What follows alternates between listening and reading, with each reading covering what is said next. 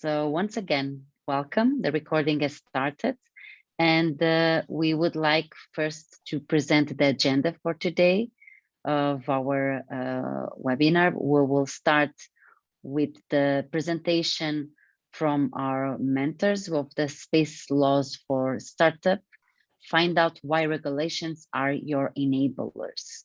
After their presentation, we'll have some Q&A, followed by Sun's presentation, which means that we'll be also sharing with you the several opportunities that the program offers and how can you make part of it and grow with us and share the more knowledge from the mentors that we offer within our program. This presentation will be made by my colleague Christiana, and SUNS is a H2020 project. So it's a very interesting project also to be engaged, and we hope that you stay and know more about it. And then we'll have the closing remarks, so the typical. As I was saying, our program today will count with two people that will be talking about the law in space. That will be very important also to really start your project. We'll have, first of all, Efrén Dìaz. Efrén Dìaz, it's specialized in technology and space law. He has a PhD in geospatial law and has completed the international master degree in data protection, transparency and access to information. He is also a member of the working group of spatial data infrastructures of Spain, IDEE. Another person that will be also presenting today with Efrén is the expert also on space technology, Carlos Albareda, has a background in criminology and forensic science and administration in finance, and is part of the technology and space law area in Bufete Mas y Calvet, and has participated in technology consultancy, data protection, and intellectual property projects. So you'll be in good hands with both of them. We hope that you enjoy this session, that you learn a lot. And then I pass the floor to Efrén. Efrén, welcome and thank you. Thank you, Lina, for your presentation and everyone to attend this space webinar. We will try to focus this space webinar in your startups ideas from the legal perspective. To present more clear the ideas, I would like to present the agenda about legality, privacy, and use case by my colleague Carlos Albareda. The agenda for today is very specific for startups from the perspective of the legality. Why legality is important? Because it's necessary for the development of the business. So our recommendation is start to put some attention in legality topics. Also, privacy is an important aspect from the perspective of the space missions that also have to respect fundamental rights. Perhaps this point can be far away of your interest or your perspective as a space startup, but it's very relevant for us because help you to introduce a contractual organization into your company. And finally, we would like to present a use case to understand and to help you to understand the need for legal advice on a space mission or a space projects. In terms of legality, of course, any space operation, any space mission or project required not only legal, not only technical security, also legal security. To put you in context, an important topic is registry, also frequency, of course, for communications, launching, if it's the case of you would like to send any space object to outside of the Earth, but also some questions about insurance and space debris is relevant to understand the broad sense of space requirements in terms of legality. Register. Why register? And let me to talk about these issues, not because it's inside of your company, inside of about what you have to do, only to think in terms of space missions and think to take into consideration. Maybe there are others, be analyzed, but we would like to offer you some of them. Register is necessary because after we cross the line of the atmosphere, linear Kármán, 100 kilometers far away from us, we need to establish the national register of that space object. So this creates an administrative process which is coordinated globally from UNOSA. This is the United Nations Office for Outer Space Affairs. Is a global organization, as you know, connecting with the national authorities for the registration of space objects. Because at the end, the third relevant point is the international responsibility of the states about the objects, the space objects we send out of the Earth.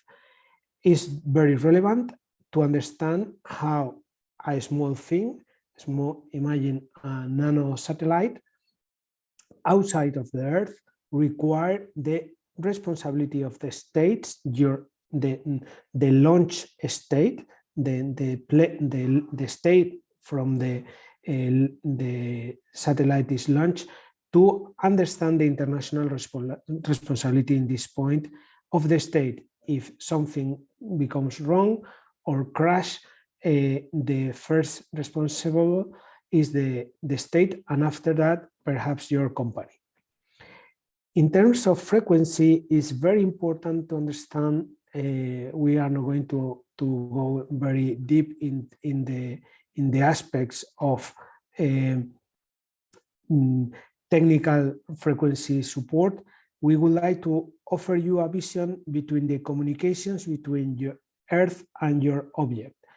In this point, at least the references in Spain is called orbit resources spectrum, connected with the international regulation. So references in Spain or references in other countries, at least in the European Union or Occidental countries, becomes international regulated through the International Telecommunications Union for frequency assignment in global frequency.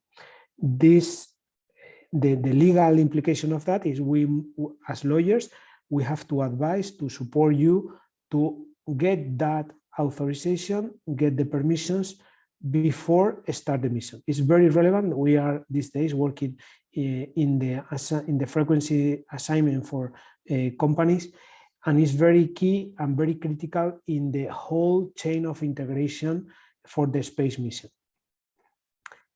Other important topic is launch something. When we have to launch something to the space, we have to develop different phases. To see this moment, we need to sign a launch contract.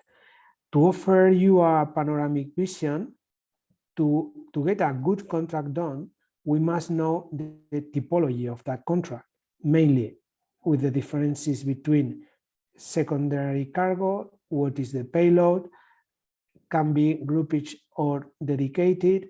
So depending what you want to do, send something, launch a rocket, prepare a global space mission, create a constellation.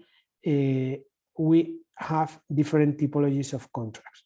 But what is very relevant to do a proper mission in legal terms is be clear about what are the essential elements. Because essential elements is the form of the contract. So our recommendation is please sign a contract, establish clear conditions, don't start the mission without signing the contract, but also think about the content. It's not just question of sign any contract in the table. It's question of understand what is the content about what you want to do to be formalized in contractual terms. Just an example, a recent topic we've been dealing here in the law firm. We would like to send satellites through a rocket, and we need to sign the contract for insurance. So we must to check which insurance company assumed that risk and signed previously the contract, the insurance policy, and after that the contract. So be clear about the elements you have to deal with, make your activity, your technical activity, easy and faster and legal. Finally, my colleague Carlos continue with the other points. I'm going to change quickly the screen. 1 second. I don't know if you see well the page. Yes, okay. Just for a friend said that it's not mandatory at the moment have an insurance in all the operations, space operations, but is well recommended. At the moment, we distinguish three kinds of insurance. Just for the launchers, the first one, in this kind of insurance, we can find all the protection for the body, the rocket body, you know, until the fabrication from to the launch. In the second stage, we can view a big file of satellites policy insurance. The pre-launch insurance is just for the satellites in the construction phases.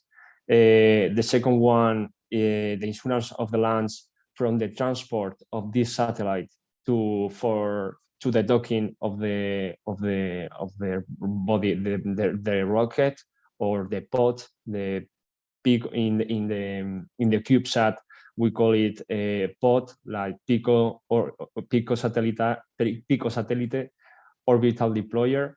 In the orbital life, we need to have a clear idea about the period of time of the useful life of the satellite, and in some cases, in the deorbit, when the satellite at the end of the life, the useful life of the satellite goes to the orbit or U orbit. At the moment, currently, we have the proliferation of CubeSat and constellation. In this field, it's complicated have find a good insurance or economical insurance, because all the policies and the insurance are very high, are expensive, and it's not easy find a good policy, but it's highly recommended. Just for the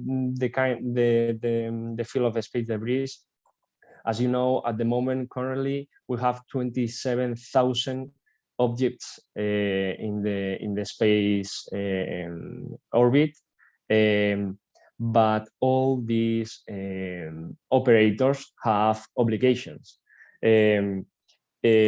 We can distinguish two main obligations. If the operator have deployed a satellite with some kind of propulsion, they can choose in two different ways. We can go to B orbit, like go far away of the Earth, of the orbit of the Earth, or D orbit. That means that you go out of the orbit, the re-entrance of in the Earth.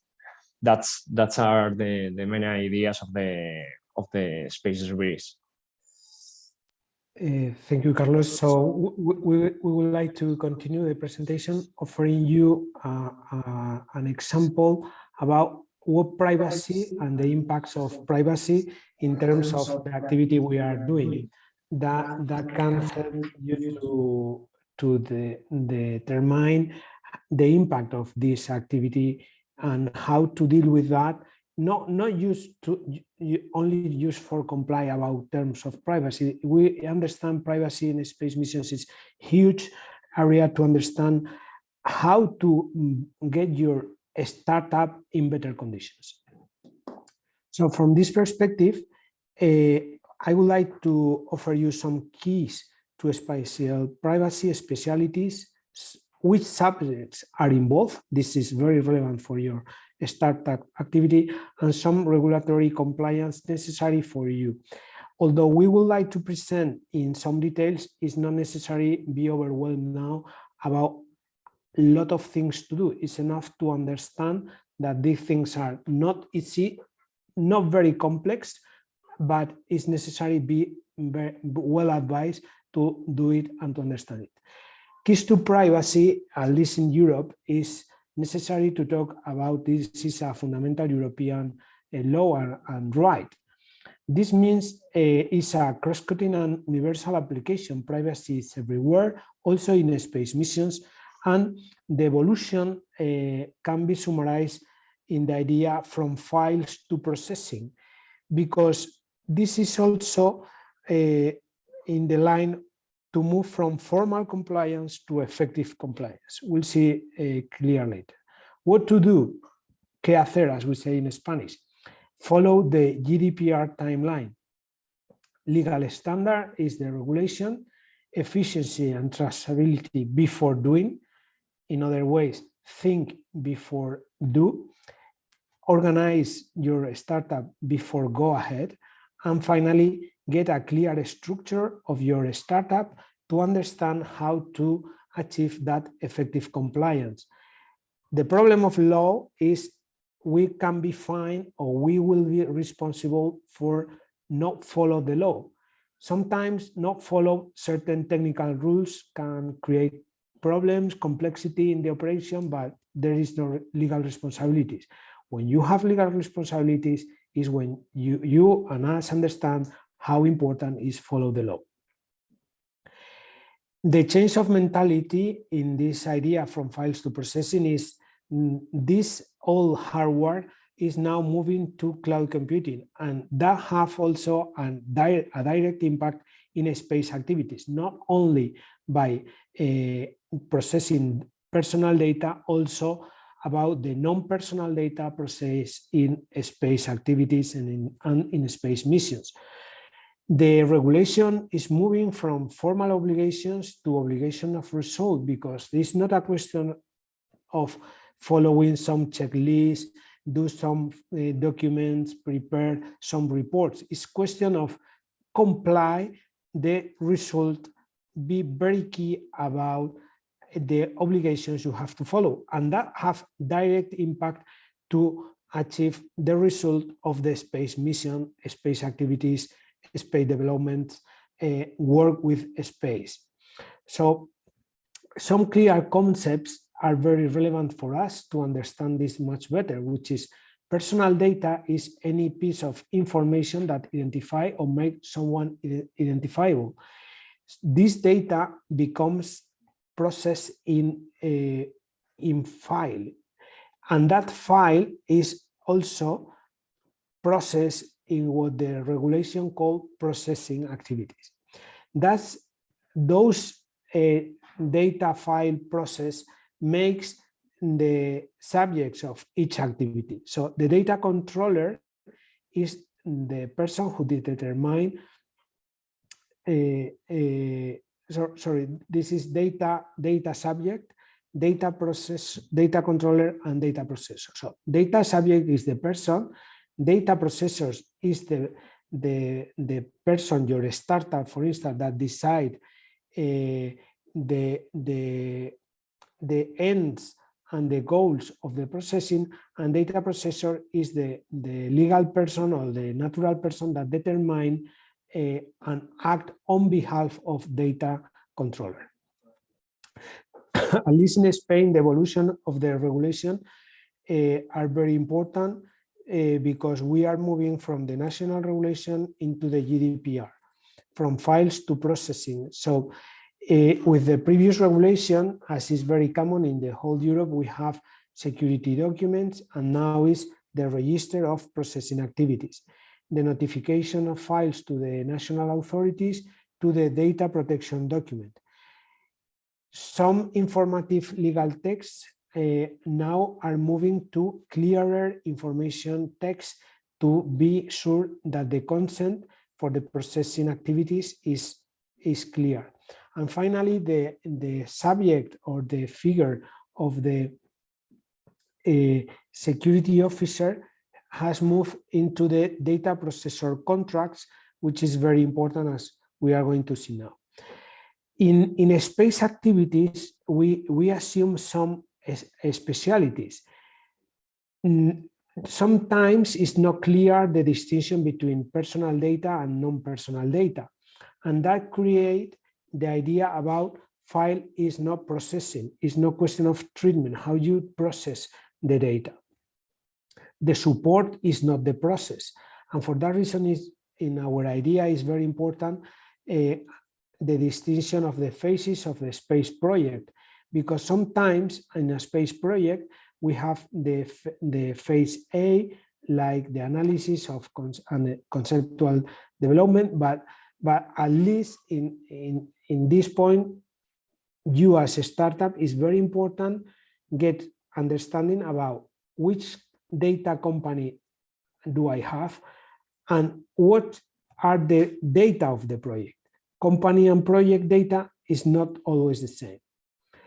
In phase B, when we have to specify the design, it's very important assume if we are processing personal data. Just to be clear, imagine a project where we launch a satellite, be in orbit for 6 months for IoT purposes. And that satellite is collecting, imagine a nano satellite is collecting images from the Earth and trying to identify urban areas.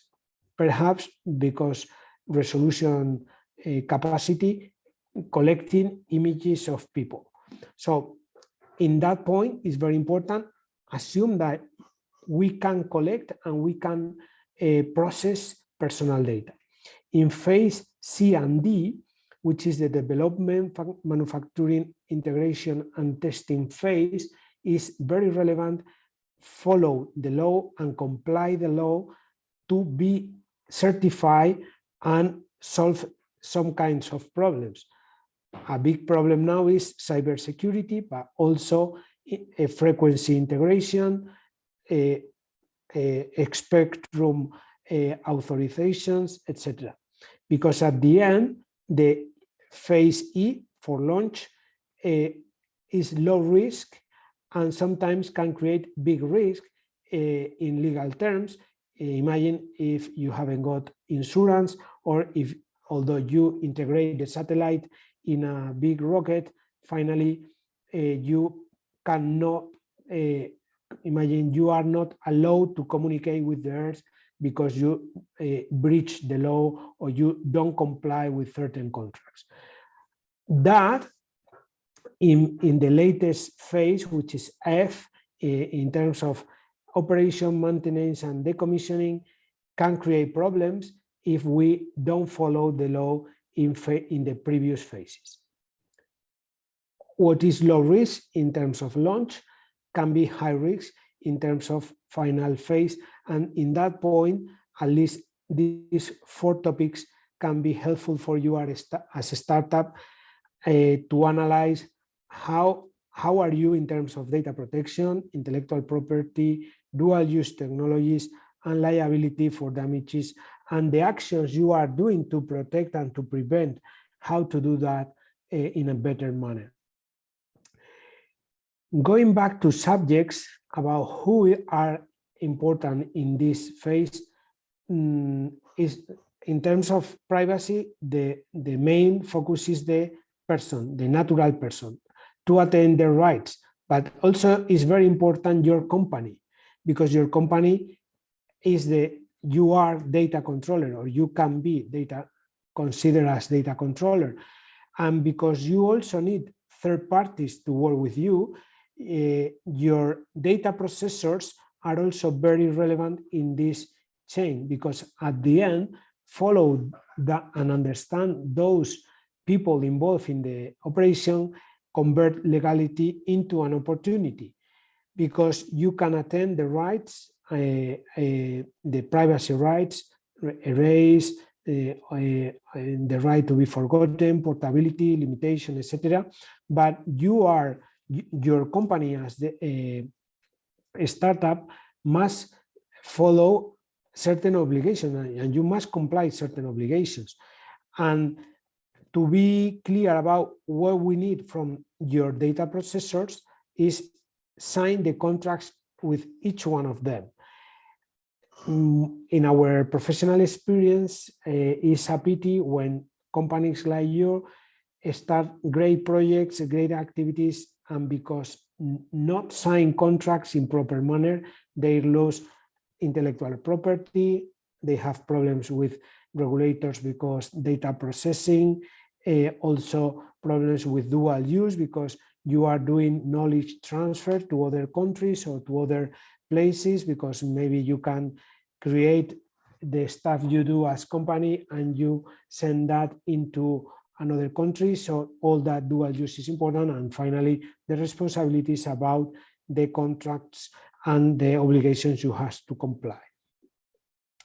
This means also these rights of privacy rights.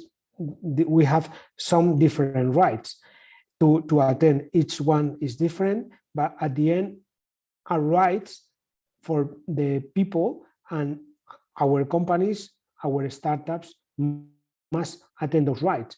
So all those rights under GDPR obligations are very relevant and have key sanctions to that.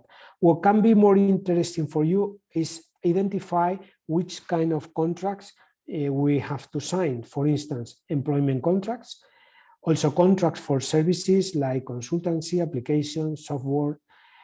Development and manufacturing contracts are also very important in terms of industrial and intellectual property, and service contracts and outsourcing if you have to contract with other companies, etc. But at the end, what is mandatory review is before this year, at least in Spain, the law established a deadline to do the revision.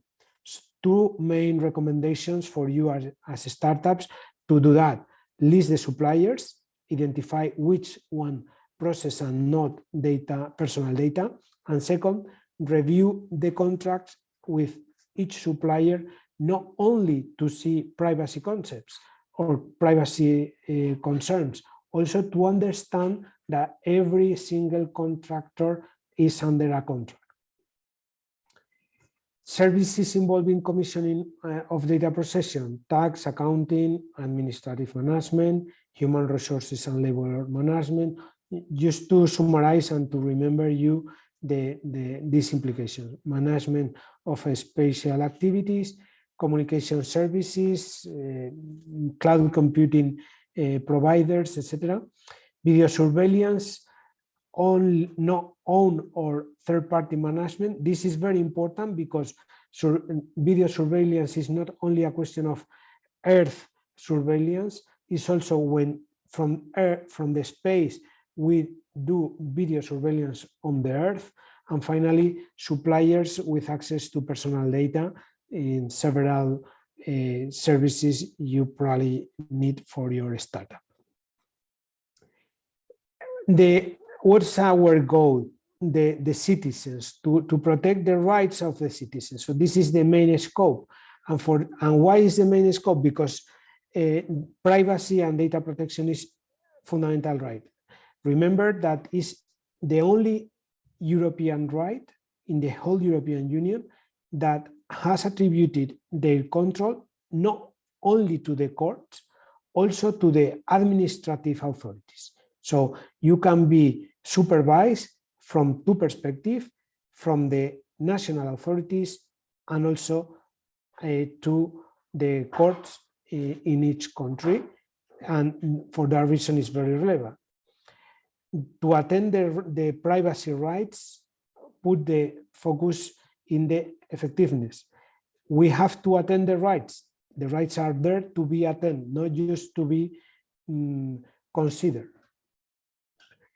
But from the perspective of your startup, follow these rules, comply with these obligations, create huge added value for your contractors and for your clients. Let me just to put an example. We are advising a startup about data analysis from the Earth, or another company about thermal analysis for space components. In both cases, we are very happy because they following the rules of privacy and intellectual property. They understand that the clients trust more on them, which is very important for you as a startup. And also the evolution in the relationship between that startup with the clients, they are very keen about how to create trust in their clients about they are doing and following good rules.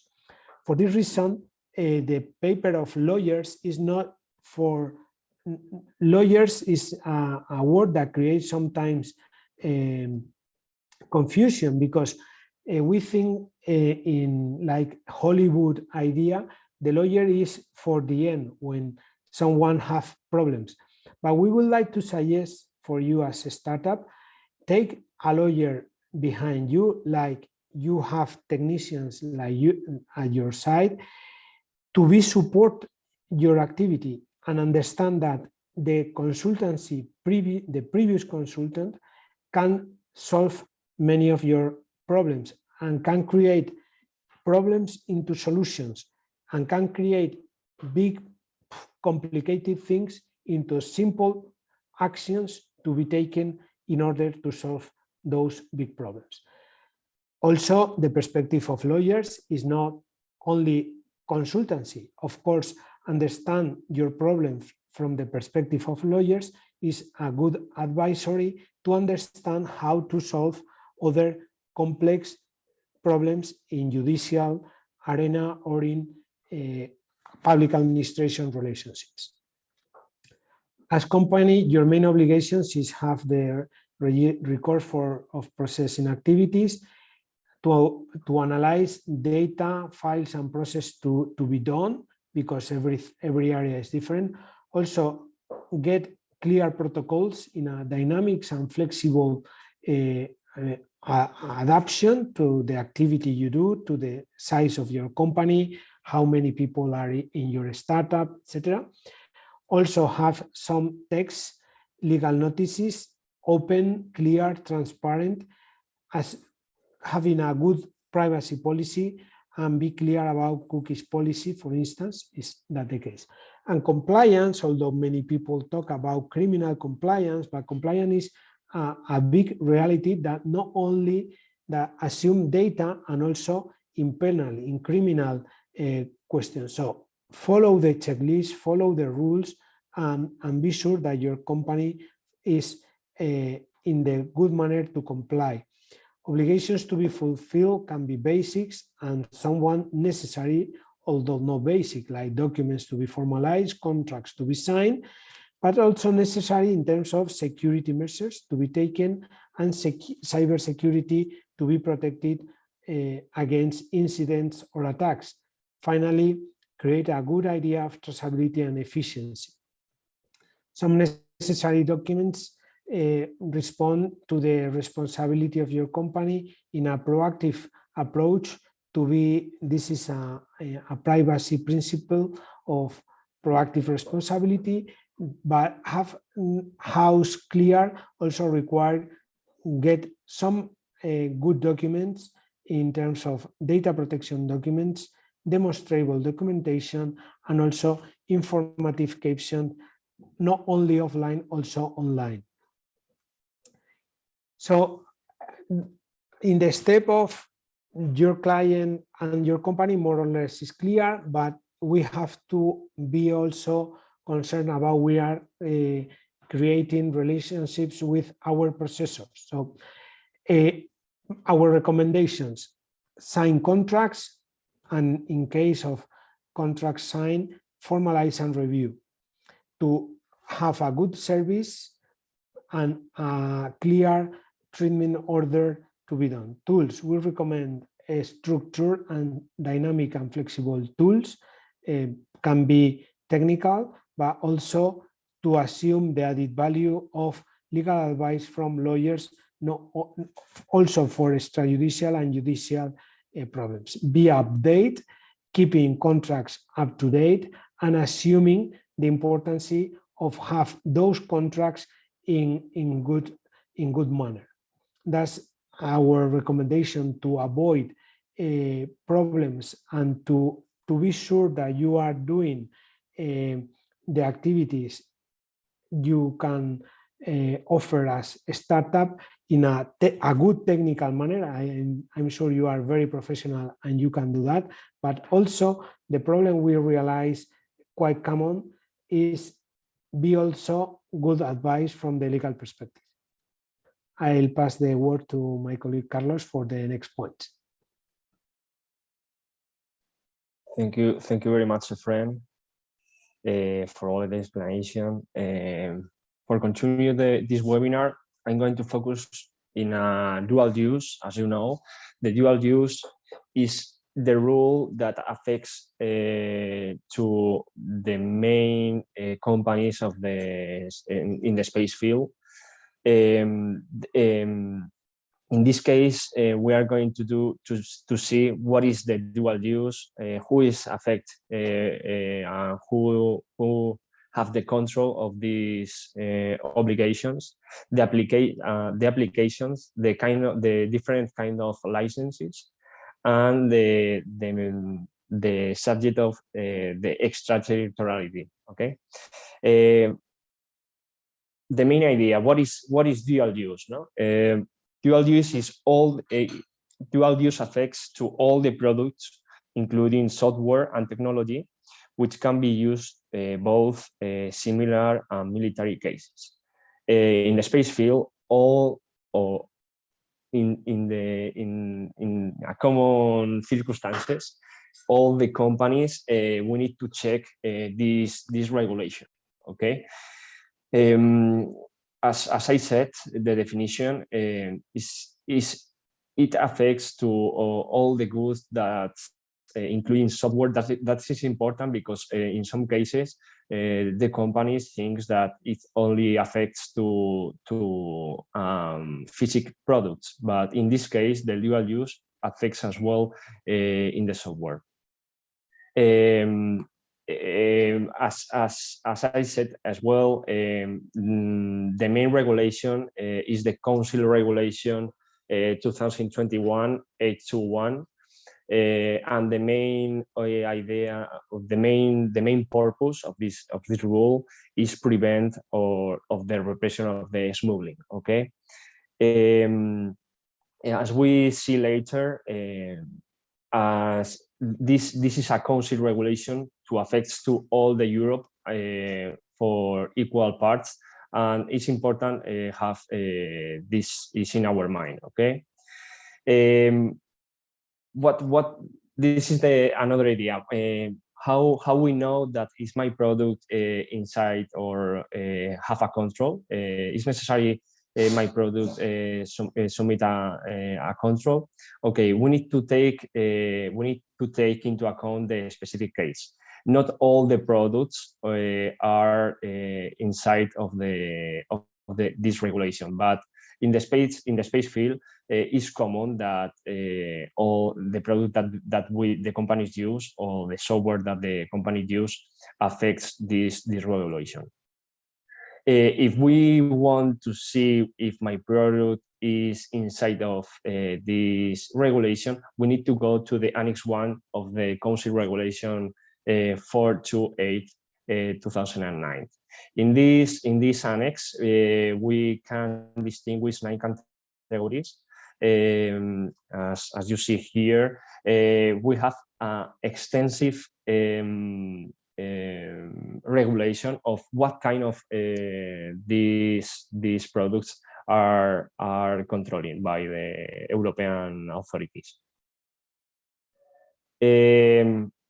But what happens if my product is not in these 9 categories? Okay, if we don't have this product in these 9 categories, we need to check the rest of the regulation. In some cases, but it's not common, if our product is good, are destinated to chemical, biological, or nuclear weapons, are submitted in this regulation and this control. If the goods that we make we want to export to another country that this country is it have an embargo, you can't you need to have the license to export that product, or in some cases the defense material. If our company makes some product to destination to the military field, yes, we will need to fill license to export that product. Okay, the applications, just the checklist for know what we do, what we need to do to fill to fulfill these obligations. Who submits the application? Normally, the subject to are obligated to submit the application is the main company. In some cases, the lawyers or the can be do that by the authorization. Okay, if we have a specific authorization, we can do, or we can submit this application. Where to apply? As I said, this is a common regulation for all European countries, but we need to go to the specific authority in each country. Okay, if, for example, if we have in Spanish, we are in Spain, sorry, we will need to go to the industry ministry. In some cases, in Italy or maybe in Germany, we need to go, or we need to find the specific and the specific authority that have the competence to resolve all these applications. As we said, in a European country, for the legal person, in all the cases that we want to export a product that are mandatory to fulfill the application, is necessary present this application. In the natural person, it's not necessary. In some cases, yes, but the main reason here is if you are a natural person and you want to export some product outside of your country, it's not necessary to fulfill this application. If your company have more than 50% of equity of a foreign participation of actions, or yes, the equity of your company is more than 55%, you have the mandatory to present the authorization. Okay, the risk of the obvious risk, no? The security, as I said, we need to prevent the smuggling, and this is the main rule. If we want to import or export material for civil and military use, here in Spain, we have a specific rule for this, but see the audience, I don't know, I think it's not necessary to focalize in this law, but yes, there are a lot of fines if we don't have, if the company not comply the obligations. And as I said, the criminalization will depend on the value of the control of goods. The quantity of the fines will determine by the value of your product. We have three kinds of license. The first one and the easier one to get the license is the individual license. It allows to export and import the products, the dual use products for all European countries. Only is this license, it works just in the first year of application. If we want to continue importing the few few years, we need to fulfill another one. The global license, this is the next one. We can export and import unlimited number of deliveries. There are more recipients, and this license permit or it works for 3 years. It's not easy. This license is a little harder than the other one, because if you want one of these, you need to present to the authority the internal compliance program. Okay, we need to show to the authority that your company comply with all the regulation, like in data protection, in company law, and in the other matters. And the last one is the community general authorization, that it works only for a certain numbers of countries. This specific number of countries are Australia, Canada, Japan, New Zealand, Norway, and Switzerland, and United States. The extraterritoriality. I think this idea, it's easy to see in an example. For example, as we know, all this rule is applicable just in European countries. Okay, but what happens if we want to import one product of an external country of European Union? Okay, don't worry, you can do that, but we need to check with your authority, your local authority, that if the product that you want to import are submitted to dual use or not. If we don't have this obligation of the dual use, you can import free. But if you want, if the product that you want to import, have the obligation to present the license to dual use, you need to fulfill before until the import, and it works the same when you want to export the product. If you get the product with dual use regulation, you need to export the product with the application, the dual use. Here is just an example. Imagine that we want to buy a product that manufactured in Brazil, and before coming to European Union, they go to Miami to assembly with another product. Okay, and in this assembly, ITAR-free means, sorry for that, but ITAR-free is the same that dual use in United States. Okay, it's the same regulation, but the name it changed. But the main idea is if we want to import this product of United States to, for example, Spain,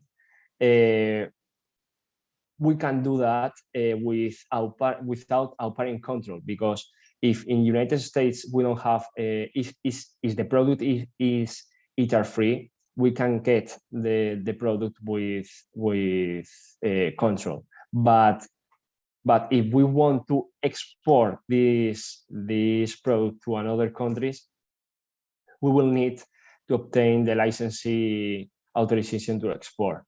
The thing is, if the product that we import are manufactured, and in this processing of manufacture, we add some part that is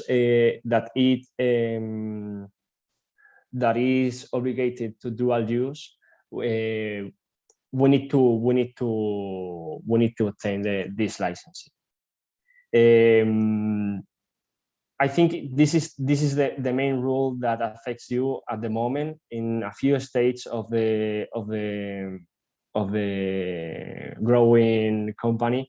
This is the main question that we find here, And I think if you have any question or doubt, please ask to us. And thank you very much for joining us today. Thank you very much. Now we have some questions before we pass to Christiana. Efrén and Carlos, thank you very much. It was very useful. Now everyone has information to be safe, informed, and avoid any application that then would be avoided if they were in compliance and informed with experts like you both. So now we have a question in the Q&A, maybe Yes. of interest of everyone, also this reply. And Yes. the question is from Lars Kessler. It says, like, thanks, Mr. Díaz, regarding launch contract, how much goes wrong typically? Are there many incidents where launch companies, satellite owners, and states have arguments and lawsuits with each other? That's the first question. Maybe we can move forward with that, and then we pass to the other two. Yes, I read the other ones. So it's a good topic. Lars, thank you for your question. What can be wrong typically is not easy to answer because it depends which kind of space operations we are doing. In launch company and satellite owners, as you said, we would like to offer several points. First problematic point is integration deadlines. Is very complex, sometimes be in the proper moment to integrate components that can create delays, and each delay move the chain forward and create complexity. So be clear in terms of time and consequences of breach those times is very relevant. We've been dealing with a case about an integration delay, and one satellite is still in the Earth because cannot be integrated in the proper moment. So that creates some requirements. You imagine your client require you must wait me for the integration of the satellite, and you have to say, I cannot wait you, because if I wait you, I'm delaying the rest of the chain. Other typical problem is communication frequencies, and get the permissions to be operator and the authorization or the description as a space operator, and also the permissions to be authorized for frequency communications. That's problematic because it's linked to the authorization and the launch contract. So besides integration and communication, I would like to highlight operation problems, because it's no question of deploy, it's no question only about parking orbit in certain kilometers far away. We suggest introduce best effort clauses to say, imagine we need to operate in low orbit 500 kilometers. That can be enough for us, but imagine you can put a best effort clause to say better if we can park in 600 kilometers. Also, cost problems, responsibility, and the service you would like to provide. In all those, as you asked, there are problems, lawsuits, not usually more than lawsuits into courts. There is a previous arbitration phase, trying to get some mediation and try to solve the problem before that. And close to your next question about huge work and over month, is not a contract is not just a formality. I'm talking about launch contract, no other contracts. And usually they have general conditions for everyone, so quite well think, and the work be focalized in terms of how to determine the specific condition of your services. And for your latest question about is the same for startups and large companies, certain points are the same: frequency, integration, communication, operation. The differences in the amount of space objects or satellites you would like to operate and the service you would like to provide. If you have more questions, feel free to ask, and I hope with that answer is cover mainly your questions. But Yes, anyway, Efrén, thank you. We have one more question. It's not in the Q&A chat, actually. It's in the chat. Lars seems happy with your answer. Thank you, Lars. And Angel asks, hello, can you give examples of products that fall under these rules? I think you mentioned a few. Yes, the rules from the last slide from Carlos. Yes. For give you a specific answer, we need to go to the Annex 1, as I said. In this annex, all regulated products are included that you can see all the products that are included in the regulation. But for example, the software for the operation of the satellite, or bearings, compasses, gyroscopes, all that product that you can put in the satellite for work well, you need to pass this control. There are a lot. This so a is long list. Yes, it's incredible. They have a lot of pages, but yes, if you go to the Annex 1, you can find all the products. Okay, and you can also contact Efrén and Carlos, and they can help you with this. I'm sure that Efrén and Carlos also can share their contacts in case you're interested on following up with them. And yes.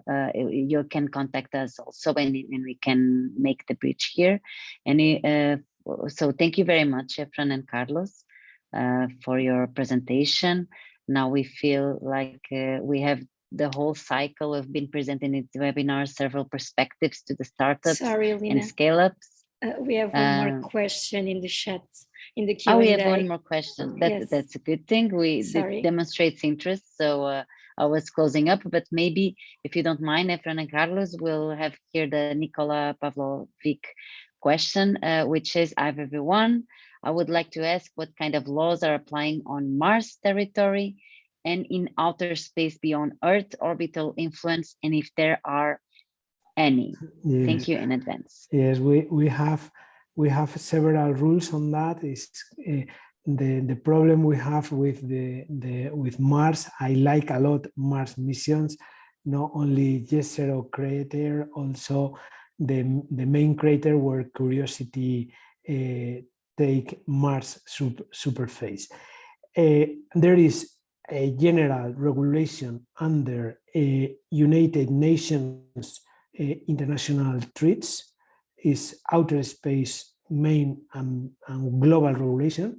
It's quite old because it's from the year 1967, before the man arrived to the moon, but I think have clear concepts in terms of how to use outer space in Pacific way, the concept of no occupation. The first to arrive is not the owner. That concept is very juridical and very important. The first is not the owner, because is all the humanity owns Mars in global manner. And then the third topic is safe activity for people in space. Astronauts, perhaps space tourists in some moment. So there is some regulation, not specific for Mars, general for any outer space objects, meteorites, planets, areas, etc. If you have more specific detail on that, please feel free to send me an email and I'll try to offer you the specific rule. But at the moment, there is no rule. Our concern here in Bufete Mas y Calvet about the idea of the legislation in space law, as other countries and other colleagues used to do, is think the new space with the new concepts, because years ago we tried to go only to certain objects. The mission was arrived to the moon. Now we have the capacity to go further. And there is, as Simon said, companies that own and what they extract for moon. Well, it's not clear at the moment about extraction. As you know, we are waiting a mission from Mars going back with perseverance results, great results, to collect the information. Because it's under a scientific mission, we understand it's not just NASA ownership, it's global and scientific rules, and especially Spain have an important part in the environmental mission in Mars. So we know that, for instance, Spain is not going to be the owner of the results coming back from Moon or Mars at the moment. Perfect. At the moment. Yes, everything is developing, everything is new in the space term. So it's very important that you follow up all these rules and all the changes along with the experts. Once more, thank you very much, Efrén and Carlos. It was a very interesting session. And we'll be continuing with the presentation on how to access experts' knowledge within the SUNS project with the presentation of Cristiana Perez from F6S. Cristiana, I pass you the floor. So hello all, and thank you again for participating. So as you know, SpaceHub's network has a consortium of 7 partners, specialists in space, and like Civita, AxisNav, Science Park Graz, Polish Space Agency, Startup Division, and Brimatech, and also F6S. That is me, me and Lina take part. So our objective with our program is to increase the commercialization of space-enabled solutions and growth of European startups and scale-ups. Why we need that? Because the space industry need even more support. So there is a support network for space startups, but however, not all startups have reached the required level to apply. The startups have individual needs, so not all of them are addressing by the existing initiatives. And the space industry is still an unknown area for many businesses. So we aim to build bridges between the existing support initiatives. We aim to fill the gaps between the existing initiatives, match startups with suitable support programs.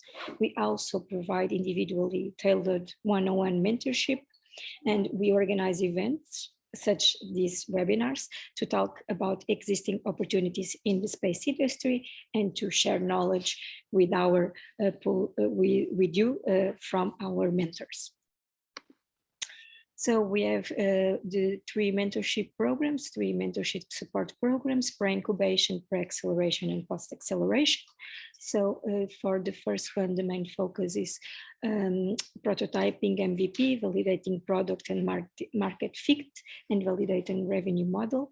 Also for the pre-acceleration program, the main focus is on prototyping high fidelity MVP and validating value delivery. And the post-acceleration program, the main focus is on investment attraction, identification, and validation of metrics that lead to an A-class investment. So that's why we have an open call running. You can apply until the 14th of April and join us to have individual support. We have a pool of mentors, 70 mentors that you can choose, and we choose with you for your to fit your needs. So join us. I think my colleague Lina put the link in the chat. So yes, reach out to us whenever if you need something, if you have any doubts, and we will be here. Thank you. Thank you very much for participating in this day.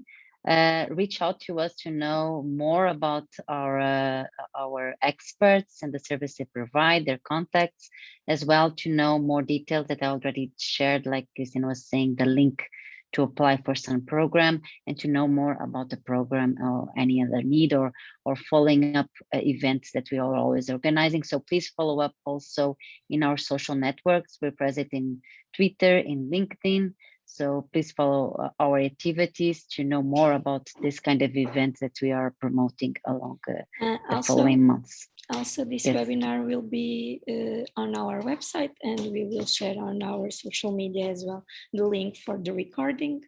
And you can also subscribe our newsletter to be up to date with all of our informations for next steps of SUN. Yes, exactly. Thank you very much, everyone. Have a great day. See you soon. Thank you. Bye, Thank Carlos you, and Efrén. Carlos. Thank you. Bye. Bye.